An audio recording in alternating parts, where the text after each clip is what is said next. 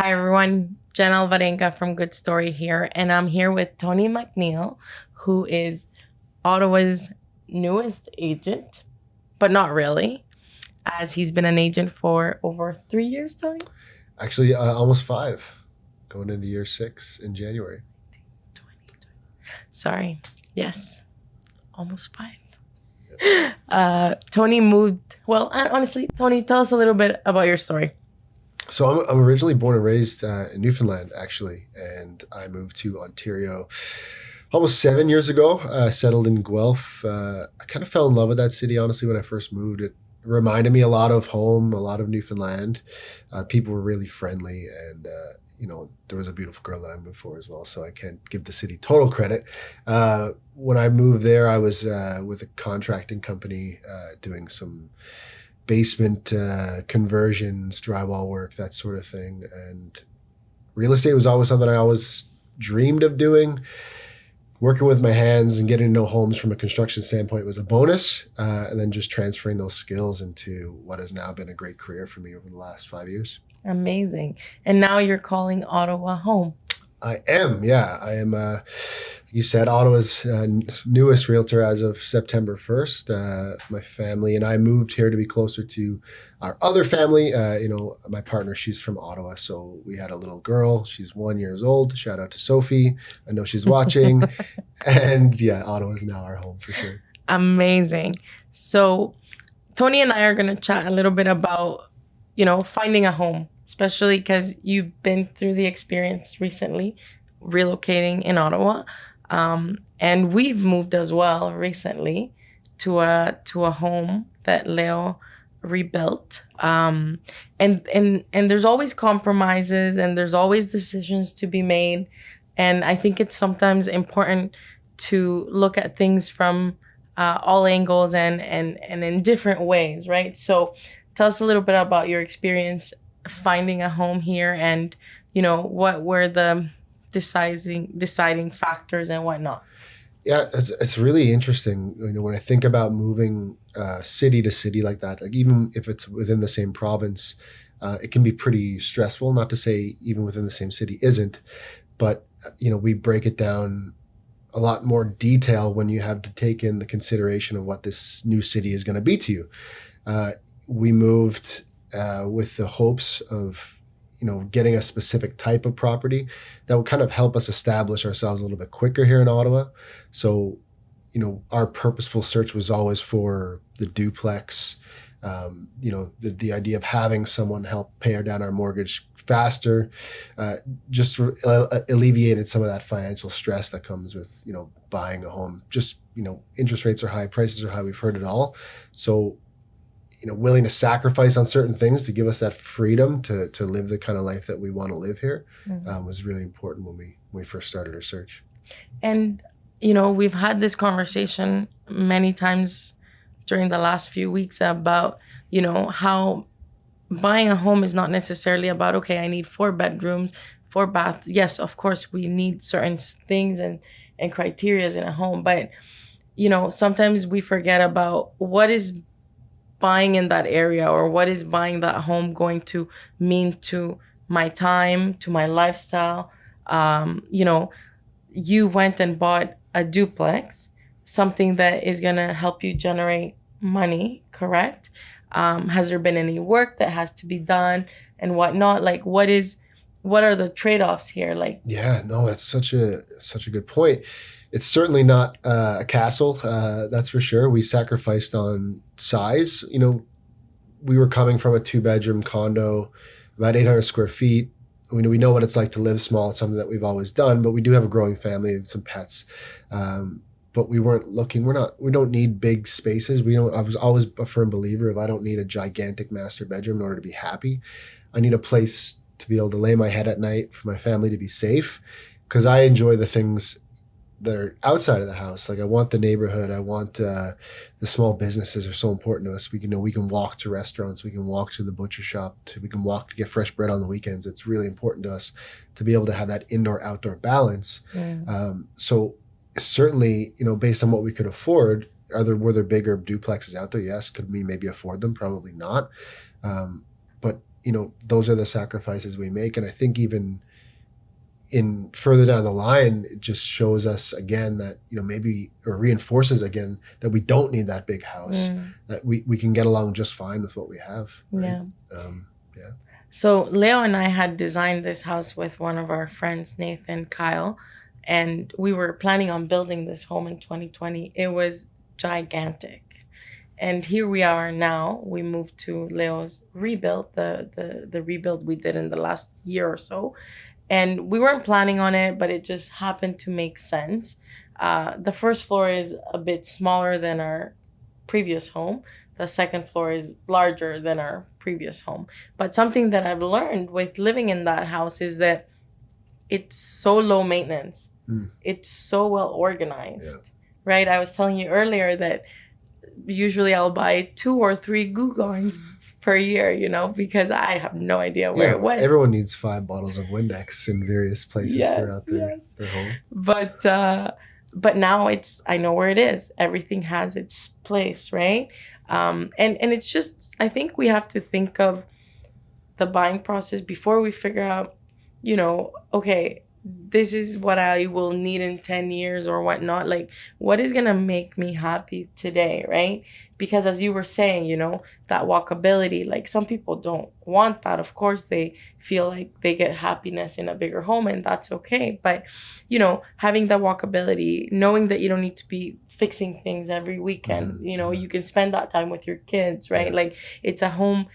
In our case, for example, it's so easy to get ready, right? Like, it's so easy to fix it up. You make your beds, you clean it. Like, it doesn't take all day, right? So that means it buys you time. Absolutely. I think, to your point, with a smaller footprint of a house, you really just get better at the organization of your life. Like, I bet you can be out the door 5 minutes flat with 2 kids if you need to be. Yes. And we're learning that now too. Like, we bought an older home. It doesn't have necessarily all the organizational tools that we want it to have, but it's a process. You start somewhere and you kind of get creative with these spaces. We don't have a big laundry area, so we're constantly focusing on how that's going to change, and we're going to make it a little bit workable with maybe some pull-out storage and this type of thing. You just make it work. You don't I personally don't believe you need the big house, but hey, like you said, to each their own. And maybe that will change, right? Maybe you'll have another child and you'll feel like, okay, I want a bigger house, right? Like, I feel like it would go well with our lifestyle now, and having to buy everything in advance to make sure you have it at home and not have to be doing multiple trips to the grocery store or whatnot, right? Like, it's just different. But Leo and I in the past have bought homes that needed work, and I feel like I've gotten to a point where you want to spend the time where you feel the happiest, right? And for Leo, it makes him happy to be doing work. For me, it doesn't, right? So that's also another compromise that I find that you have to, find and consider when purchasing a home. It's really not just about, okay, give me the house that has 4 bedrooms, garage, and 3 bathrooms, and let's find where it is. Like, no, every neighborhood has its own perks, its own challenges. Personality, really. Yes. Yes, that's a very good way of putting it. Yeah. So. Well, to add to that too, I think as the market changes and constantly seems to get more expensive, you look at those types of homes, smaller homes that maybe have opportunities. If you're not afraid to roll up your sleeves like Leo is, and he wants to keep you busy, and that's great. I'm kind of like that way too. But I do believe where people are kind of getting in at that price point, they're gonna have to do that work too. Of course, things are never going to be as easy as they were 10 years ago, and it's kind of hindsight's 2020. But getting in and maybe getting your hands dirty is something that people need to start thinking about, and maybe taking a little bit more realistically than they are. And also, like, there's always a trade-off, right? Because when you come to a home that needs work, you put in the work, you put in that sweat equity, right? Like, you end up gaining something down the road, or whenever you sell it or refinance it or whatnot, right?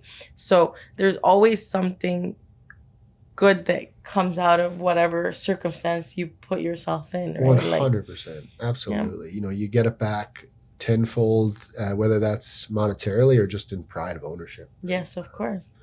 Be proud of where you're living. And yeah, like I said, I don't mind getting my hands dirty probably more often than I should.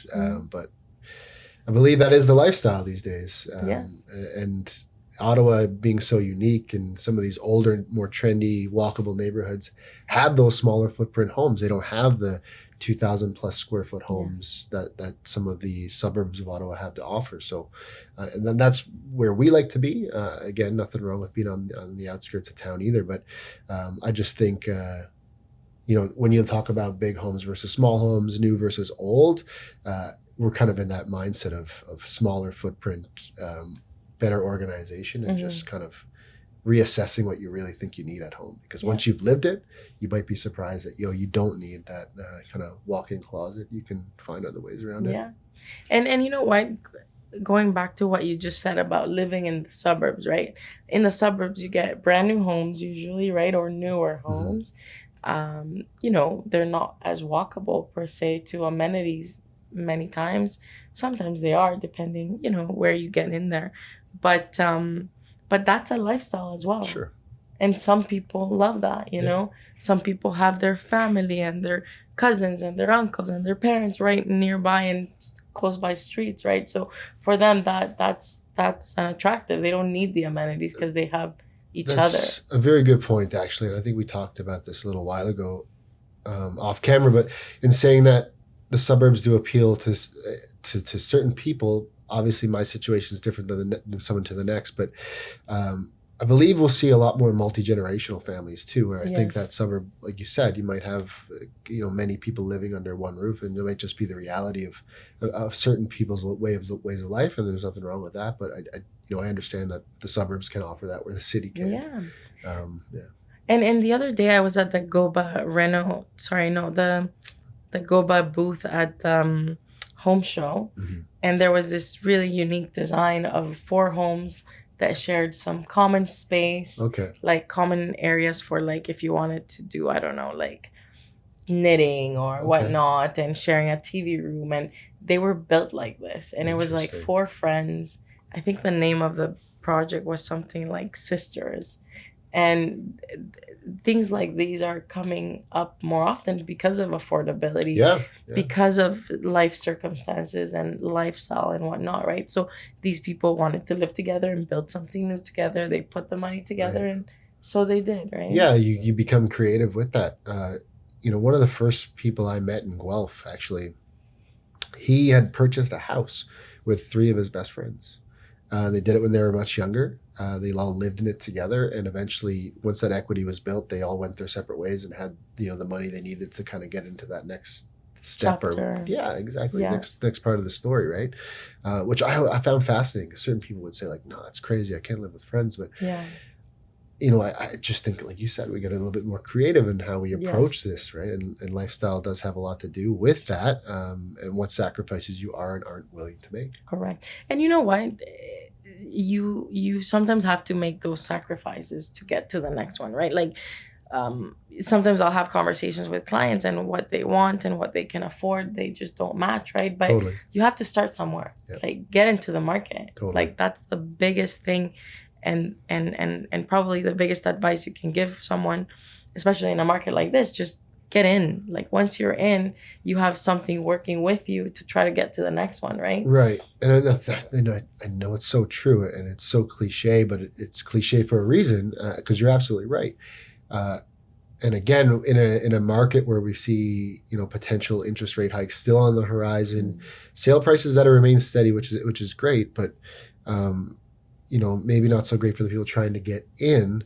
I just think that, you know, getting in now versus later, it always seems to be that way, right? That people just say, like, I should have done that 5 years ago, or, you know, I shouldn't have waited as long as I did. And I know that no circumstance is ever going to be perfect. No. You know, when I purchased our house here in the region, it wasn't perfect. Just like I'm sure your situation wasn't perfect, right? No. But you got to play with the cards you're dealt. Yes. And then just go from there, right? Make the best of it.